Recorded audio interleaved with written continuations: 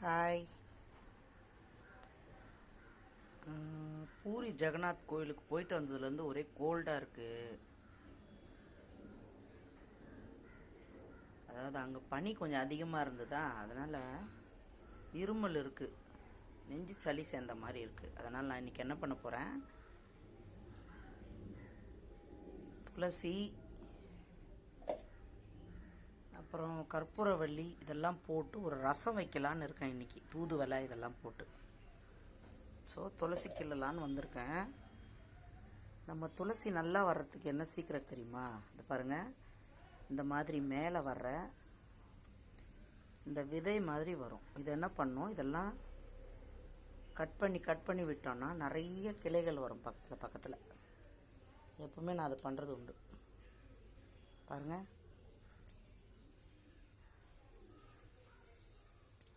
இந்த மாதிரி இதெல்லாம் நல்லா கட் பண்ணி எடுத்துட்டோன்னா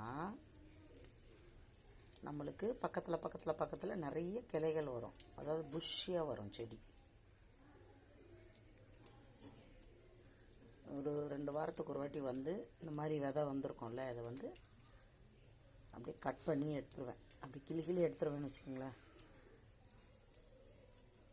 அப்போது நிறைய பக்கத்தில் நம்மளுக்கு நிறைய பிரான்ச்சஸ் வரும். அதனால தான் நம்ம செடி பார்த்திங்கன்னா சூப்பராக கலக்கலன்னு இருக்கும் எப்போவுமே. பாருங்கள், எவ்வளோ சூப்பராக இருக்குது பாருங்கள். எவ்வளோ கிள்ளி எடுத்துருக்கேன். அந்த மாதிரி எடுத்துடணும்.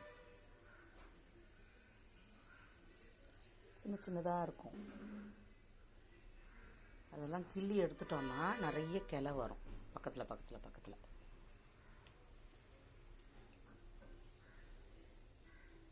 எடுத்தாச்சு.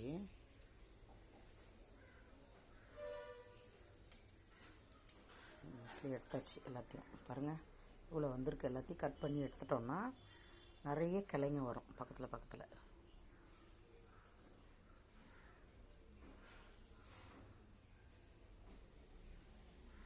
இது அதிலே போட்டுருவோம்.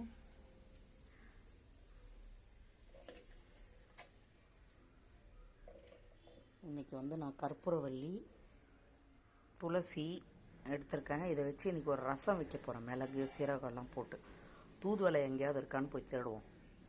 அதுவும் எடுத்துகிட்டு வந்து இன்றைக்கி ஒரு ரசம் வச்சு மதியானம் சாப்பிட்டா கொஞ்சம் சளி வந்து சரியாயிடும்னு தோணுது.